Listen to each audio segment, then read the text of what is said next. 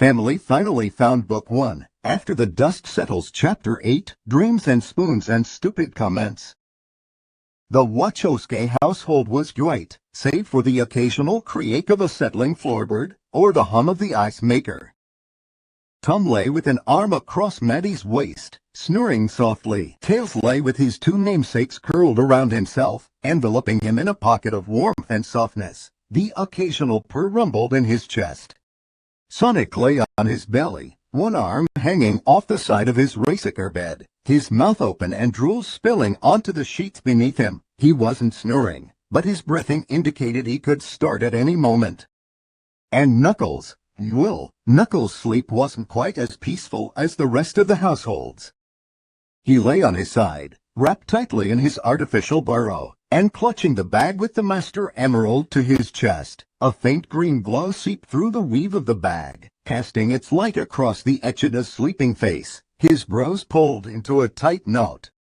Normally, Knuckles dreamed of battles, facing enemies, most of which were actual foes he'd fought during his quest, many times his size, as though his body were training and ready to fight, even while resting.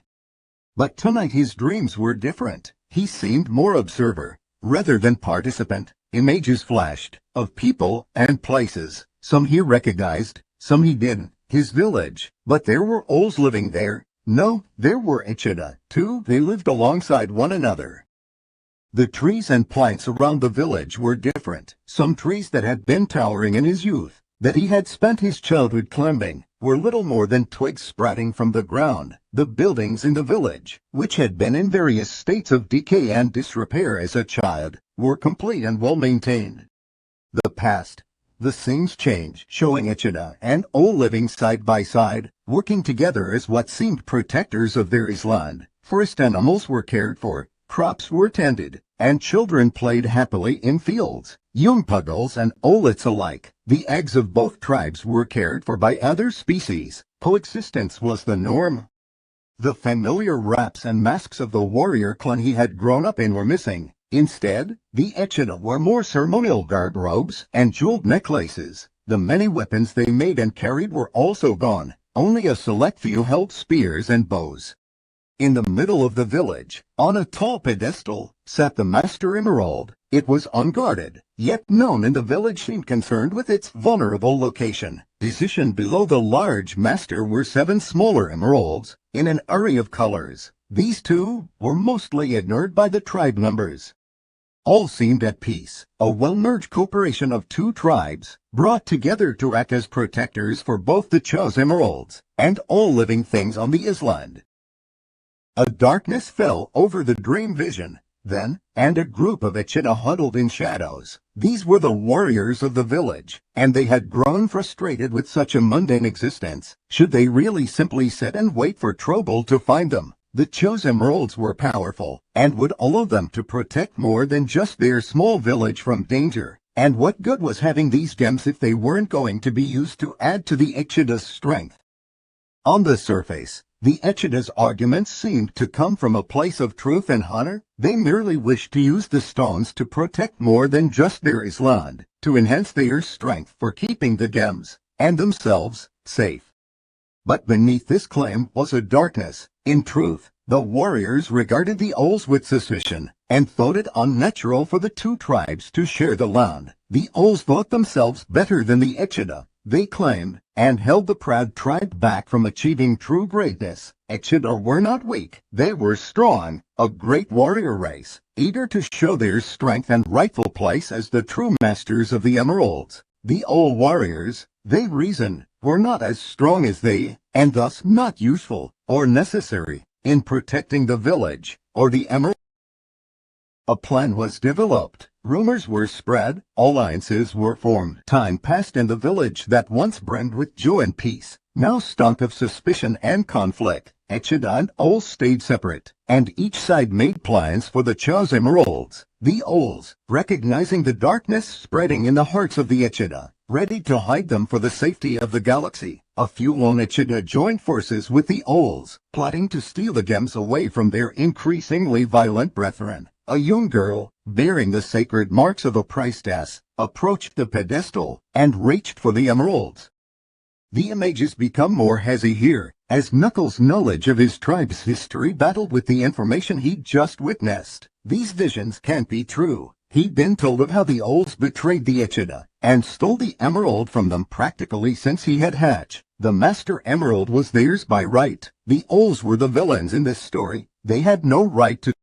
New images formed of Echidna warriors attacking their former Ol friends. Egg smashed. Ols killed. A single warrior, his body enhanced by the power of all the emeralds, rose up to take control of the tribe. He demanded the Echidna renounce their peaceful existence. They were destined to be warriors, and had the power to become the greatest in all the galaxy. It was foolish to have let the Ols convince them to let the great power of all the Chose emeralds go to waste. Maybe the Ols were afraid of what the gems could do, but they were Echidna. They could use the power if they chose.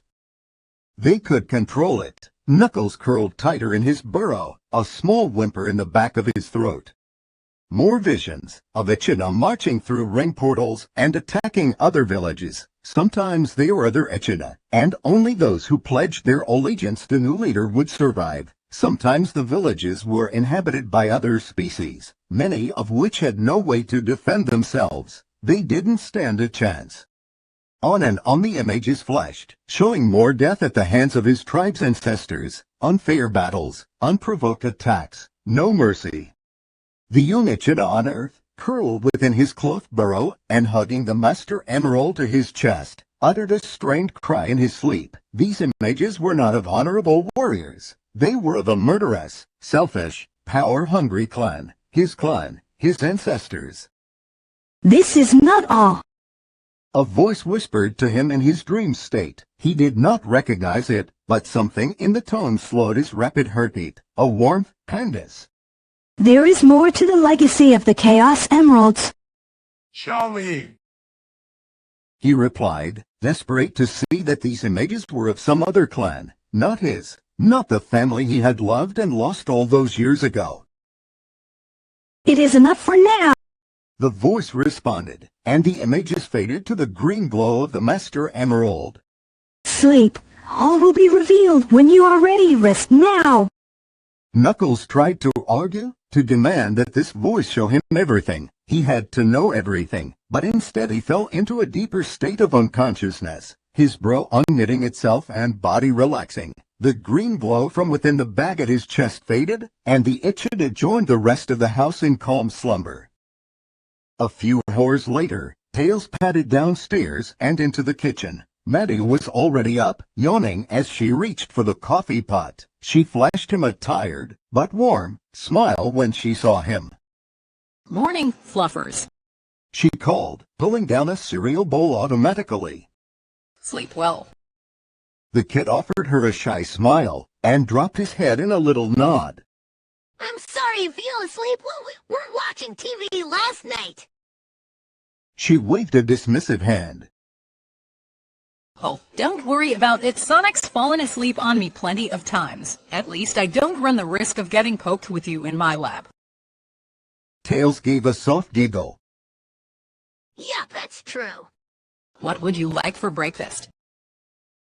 The fox glanced around the kitchen. Isn't Sonic up? Maddie shook her head. Not yet. Why don't you pick a cereal and get started? Tails swallowed hard. Would Sonic be mad if he ate without him? What if he picked the wrong cereal? Should Tails even be down here right now? Maddie was Sonic's mom, guardian, friend, and why was it so hard to figure out their dynamic? At any rate, he was their guest. Maybe he should have stayed upstairs until someone else was up. Tails! The woman asked, breaking into his thoughts. He startled and looked up into a pair of kind brown eyes. Sweetie, it's okay. The boy's tails curled around him, frizzing as his ears flicked back. I am sorry. I just don't want to mess up. A long moment passed, and Maddie looked at him with a thoughtful expression. Finally, she put her coffee cup down on the counter behind her, and rounded the island to kneel before the little kit. Honey, I don't know all the details about your past, or what all you've gone through. She said, her voice soft. She placed a gentle hand on the boy's head. But I want you to know that you are welcome here. I want you to feel like you can be yourself, and ask questions, and make choices without worrying whether they are the right ones. Tails looked down, her kind gaze making his eyes burn, and he tasted tears in the back of his throat, the softness of her hand, the kindness in her voice, and they were almost too much to take. Yes, ma'am. A knuckle under his chin. Maddie. He blinked and a few tears managed to slide out before he could stop them. Miss Maddie. Her smile pulled up on one side, making her snicker. Okay, we'll take that. She paused, her eyes flecking down his muzzle to follow his tears. How about a hug?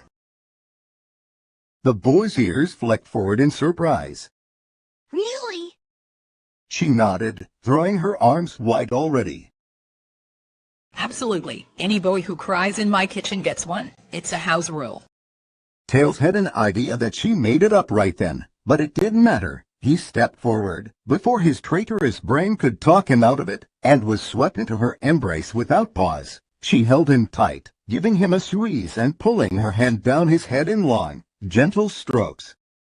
He wrapped his arms around her, nuzzling his face into the hollow of her shoulder. More tears wanted to come, but he swallowed back as many as he could. Her arms felt so nice around him, warm and soft and gentle. He could remember when he'd had such a good hug, such a sincere hug, and he loved it, reveled in it, held on tight, and never wanted it to end. Oh, seriously? A voice said from the hallway as Tom stepped into the kitchen. Come downstairs to find my wife in the arms of another man. He shook his head, a small smile on his lips. A younger man to boot. Maddie giggled as she stood, maneuvering Tails to perch on her hip. Can you blame me? I mean, look at that face. Just look at it. She wiped away the remains of the tears on his cheeks, and Tails thought she did it without thinking, like it was the most natural thing in the world to do, like he wasn't just some kid Sonic had brought home and roped them into taking in, like he wasn't a two-tailed freak who'd been the outcast of his own village, like she actually cared, like she really wanted him there. I concede to the adorables of the fuzzy face. Tom said, dipping his head in a little bow. I simply can't compete.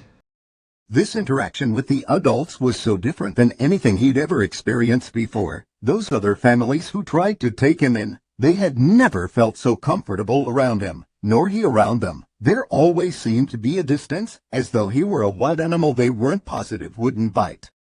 But here, with Tom and Maddie, it felt natural. There were joint moments like these, and funny moments, and kindness and gentle touches and comments dripping with concern and compassion. There was a warmth here. In the middle of the night, he felt safe and cozy knowing there were others in the house, all ready to watch out for him. He'd never slept so soundly as he had last night, because he could. He didn't need to keep one ear open, listening for clues of intruders or jerk boys ready to cause problems because he was different. There were two other boys in the attic, one of whom was a well-trained warrior, and two adults who he was sure would do what they needed to keep him safe. And now, as he sat on the hip of one of those adults, he felt warm, he felt wanted, he felt home. Thank you for letting me stay. He said, his voice quiet. He flicked his eyes between the two. You guys have been so nice. Tails, you don't have to thank us. Maddie said, giving his muzzle a gentle stroke. We're happy to have you here. Yeah. Tom said, leaning against the counter with his arms crossed. I think you're ready to be little guy. Tails smiled, and opened his mouth to say something when a loud yawn drew his attention. They all turned to see a barely awake hedgehog, followed by an equally barely awake echidna, padding into the kitchen. The fox closed his mouth, and offered Maddie a small smile as she put him down. Knuckles scooped another spoonful of his raisin bran into his mouth. He wasn't hungry, but felt it polite to eat when food was offered. He kept his head down, focusing solely on the bowl before him.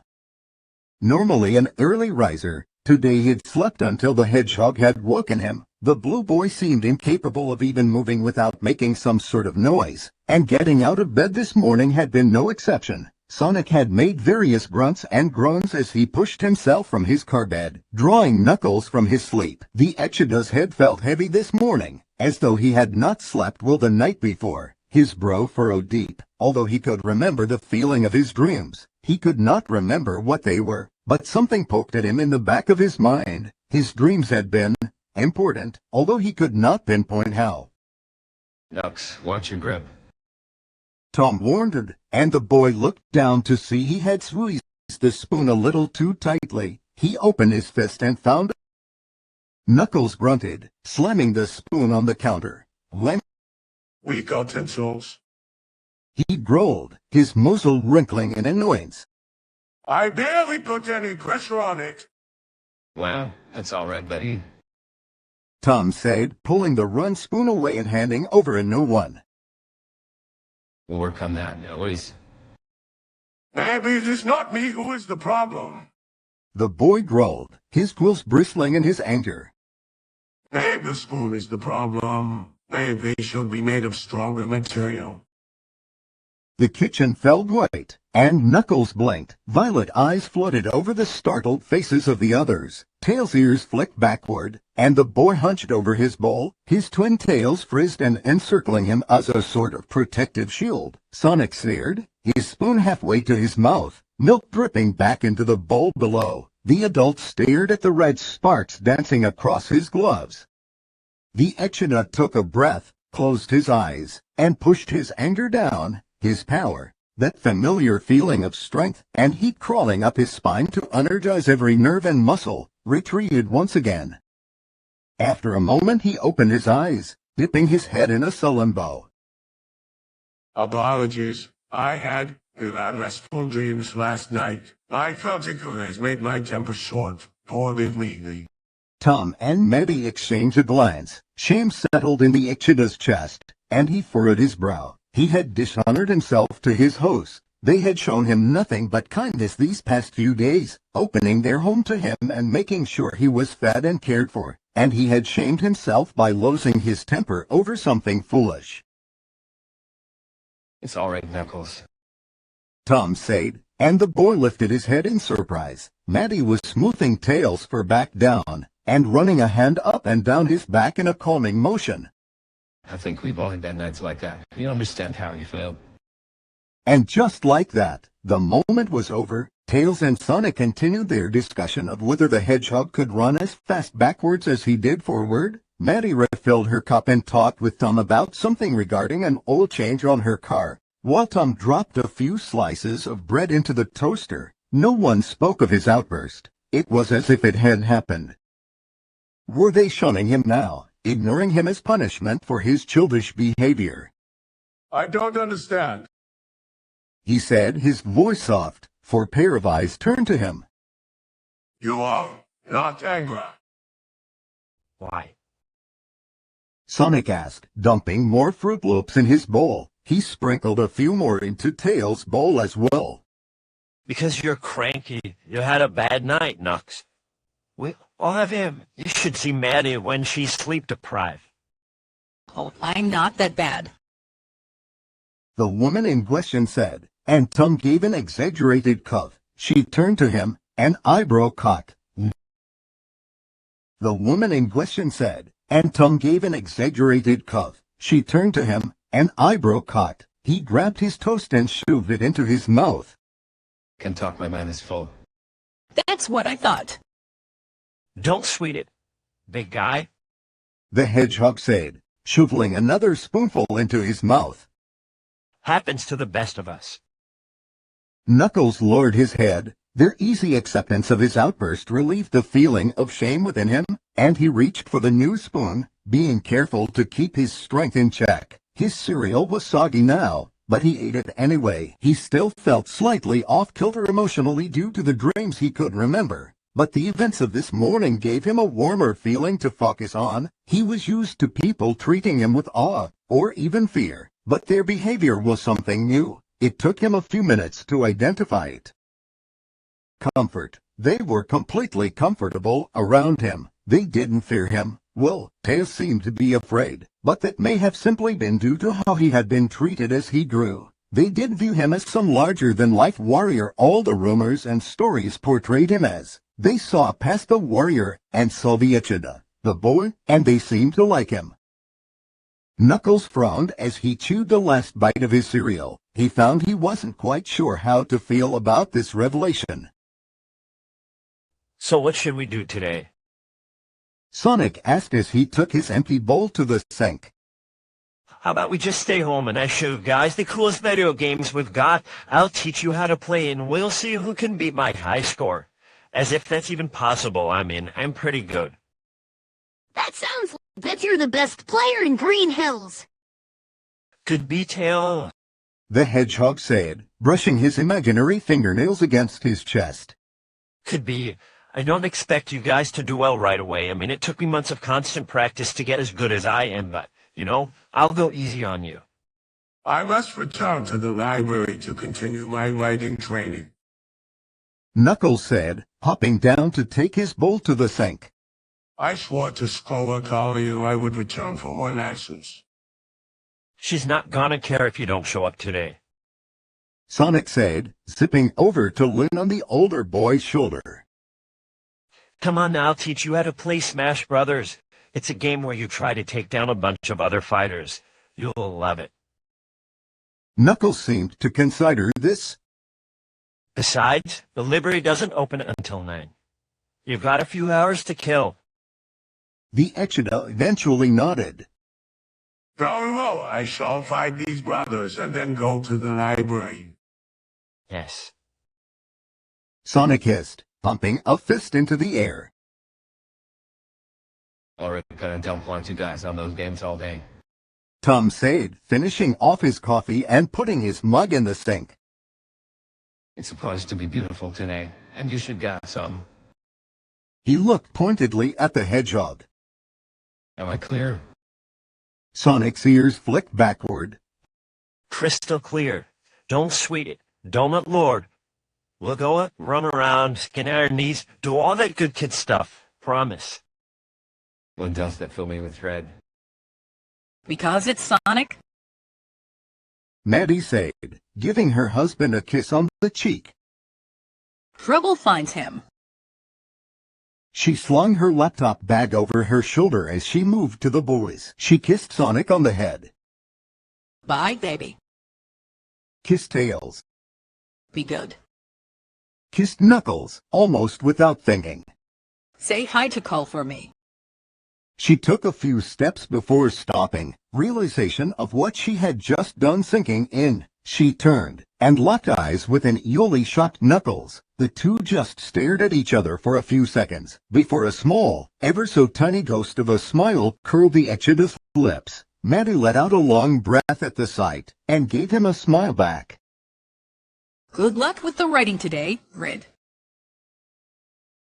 She said, before turning and heading out the door. Knuckles glanced to his right, and found Tom, Sonic, and Tails all looking at him, small smiles on their faces. Muzzle burning, the Echidna turned away, but his smile returned. The spot on his head where she had kissed seemed to tingle at such a light touch. A few hours later, and Sonic flopped on the couch with a huff, arms crossed. Knuckles had left for the library. The Echidna was not overly interested in video games, and had refused to try under the excuse of his current mood. The hedgehog supposed he had a point. If the guy had nearly powered up because of a spoon, who knows how bad it would have gotten had he lost to a game. Tails, on the other hand, seemed to be some sort of video game savant. It had only taken him about half an hour to become familiar with the mechanics of the games, as well as the controls and combo moves. Before long he was jumping and flipping and punching with the best of them.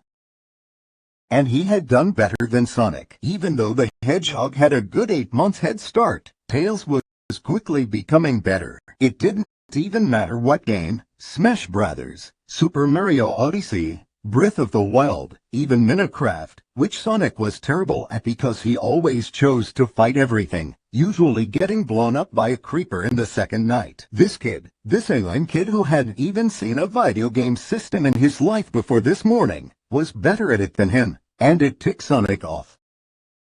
He knew it shouldn't. Tails was a freaking boy genius after all. It stood to reason that he'd be good at video games. And what did it matter if he was better than Sonic? The kid was having fun, and really enjoying himself as he moved Mario through the various stages. Good for him. At least they weren't stuck at the library while he read through book after boring book. It's all good, right? Sonic let out a sigh. Having Tails around was a lot more fun when he could impress the kid. Sonic! The call pulled the hedgehog from his thoughts, and he sat up with a jerk. Yelp nibbled at his gut, as though the kid could hear his thoughts. Yes, Tails. Tails sat on the floor in front of the TV. I'm bored. The thought of lying passed through Sonic's mind briefly, and he dismissed it. Lying would only make things worse. Oh, wanna play Smash Brothers again? I promise to go easy on you. A smile spread across the kid's face, and the guilt in Sonic's gut gave him a hard kick. The boy had lived as an outsider, teased and bullied because of his extra tail for most of his young life. He was finally somewhere he was accepted, and actually enjoying himself. And Sonic's knee-jerk reaction to that was to get jealous the boy was better at video games. Get a grip, hedgehog. All right. Tails cried, and grabbed the Switch to swap out the games. I'm a little better now, so I'll be more of a challenge. Sonic slid down next to the boy, and grabbed the second controller. I promise I won't beat you too hard. Here. Tails said, swapping controllers with the older boy. You beat player mode. I don't think it's a big deal. You're always player one because you should beat. Tails said, his voice softer. Sonic's guilt flared again. All right. The kid said, turning Sonic's attention back to the TV. Pick your guy. The hedgehog smiled. Maybe he could show this kid a few tricks. 40 minutes later, and Sonic was definitely not smiling anymore. His mood had taken a drastic nosedive as the kid next to him continued to wipe the floor with him in Smash Brothers. It didn't even matter what character Tails chose. Princess Peach, Olimar, Kirby, freaking Kirby for crying out loud. He always won. Now he was fighting with Pac-Man and still kicking Sonic's butt. At first they traded playful barbs, but as Tails' victories grew, Sonic's mood soared. The kid seemed to sense it, and had sat quietly for the last 5 minutes, the only sounds being the clicks of their thumbs over the controllers. And Sonic's not-so-sullen grunts of frustration.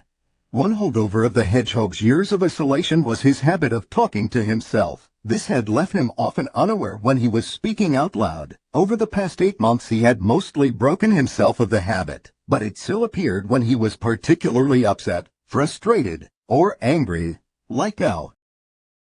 Come on. He muttered, and honestly was not aware he was speaking out loud. Give me just a little bit of a break, will you? Beside him, unbeknownst to the hedgehog, Tails glanced over. Sonic's entire focus was on the TV, his brows drawn down into a deep furrow, teeth clenched. This sucks. The hedgehog hissed. How can I be losing to a freaking kid? He doesn't even know who any of these characters are and he's kicking my butt. Like some kind of freak of nature or something. What the heck?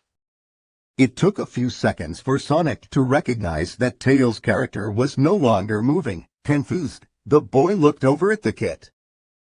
Hey, did your controller die or some, Tails? The fox sat next to him, his eyes wide and shiny. The controller trembled in his hands, and as Sonic watched, the boy dropped it and stood.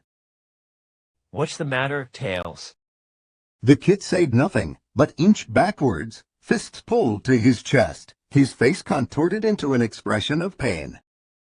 Confusion clouded Sonic's thoughts for a second before clarity hit him like a lightning bolt. The things he had thought, or thought, he had said them out loud, loud enough for the younger boy to hear. A cold dread dropped into the hedgehog's belly. Oh no. Terror passed over Sonic's face, and he dropped his own controller before standing. Tails, I'm sorry. I didn't mean to. Tails flicked his ears backward, turning away from the older boy. As the first tears trickled down the kid's muzzle, he spun his tails and zipped up to the attic. Blood pounded in Tails' ears as he flew as fast as he could upstairs. Sonic called after him, and the sound carried in a strange surround sound effect as the hedgehog ran after, then ahead of him, arriving in the attic first. I can explain. The older boy said, his hands held out in a calming gesture. Tails ignored him, heading straight for his bed. Tears blurred his vision, and he wiped them away with a swipe of his arm. His chest hurt, sobs grew inside him, struggling to push past his throat, but he bit his cheek to keep them down. This wasn't the way things were supposed to go. Sonic was his friend, the only person on this entire planet he had been 100% trusting of. He was supposed to stay with Sonic forever. The hedgehog was his hero, the only one who could understand how lonely, how isolated, how different Tails was for his whole. But things just never seemed to turn out for the fox. No one ever wanted him. Not really. Not once they had been around him for a while. Not once they really got to know him, to see what he could do. He cursed himself, cursed his blind loyalty to this boy. He'd left himself open, vulnerable, completely defenseless in the event of an attack. His childish idolizing of Sonic meant any harsh word from him would cut deeper than any before. And it did. His chest hurt, his heart hurt. It was like a punch in the gut, and another kick for good measure. He knew this would happen. He saw this coming, but ignored it. He dared to hope, and now he was paying for it. Sonic was still talking, trying to explain. Tails ignored him, turned him out, as he pulled his backpack out from under his bed and started shoving things into it: socks, his library card, and a few small toys Maddie had found for him. Tails, please just listen. Sonic said, reaching for the boy's shoulder. Tails shrugged out of his grip and turned, clutching the bag before him like shield. His face twisted into a grimace of pain. I heard you. He said, his voice harsh and cracked, his lip pulled back from his teeth, baring them as he sucked in breath. The tightness in his chest threatened to suffocate him. You heard what you said. You called me a freak. The word broke off in a sob the kid could no longer contain. He dropped the backpack and crumpled to his knees, hands curled into fists. He brought them to his head and pressed on his temples, and he pulled them away only to pound them back again. His thoughts swirled in his head, dropping sharp needles of pain as they came back, again and again, to one single realization. Sonic, his hero, the boy who made Tails brave and had called him a friend, thought he was a freak.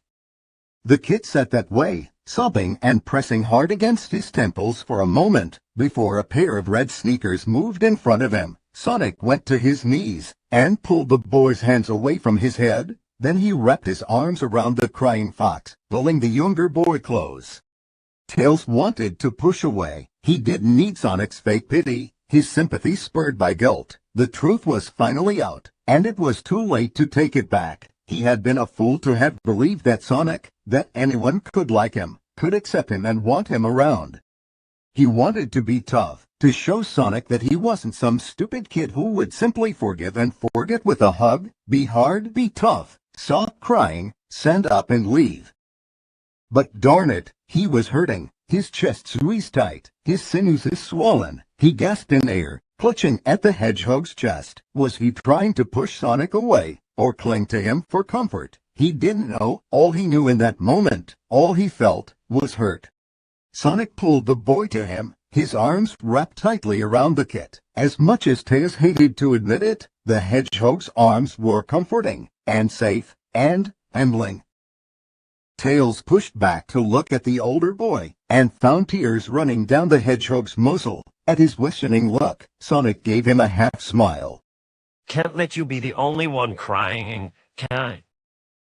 He said, his voice soft. The smile dropped and he pulled the kid back to him.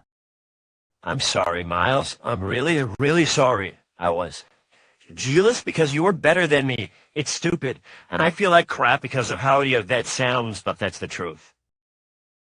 A sob shook the younger boy then, and Sonic held him tightly until it passed.